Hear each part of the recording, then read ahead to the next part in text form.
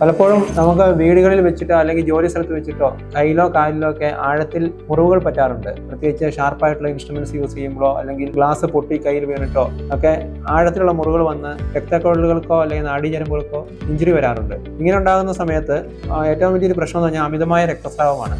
ഇത് നിർത്താനായിട്ട് നമുക്ക് ചെയ്യാൻ പറ്റുന്നതെന്ന് പറഞ്ഞു കഴിഞ്ഞാൽ, ഇപ്പം മുറിവുണ്ടാകുന്ന കയ്യിലാണെങ്കിൽ ആ ഏരിയയിൽ പ്രഷർ കൊടുക്കുക. പ്രഷർ എന്ന് പറഞ്ഞാൽ അമർത്തി പിടിക്കുക. അതല്ലെങ്കിൽ ഒരു തുണി വെച്ചിട്ട് അമർത്തി വെച്ച് അതിന് ചുറ്റും ബാൻഡേജ് ചുറ്റുക.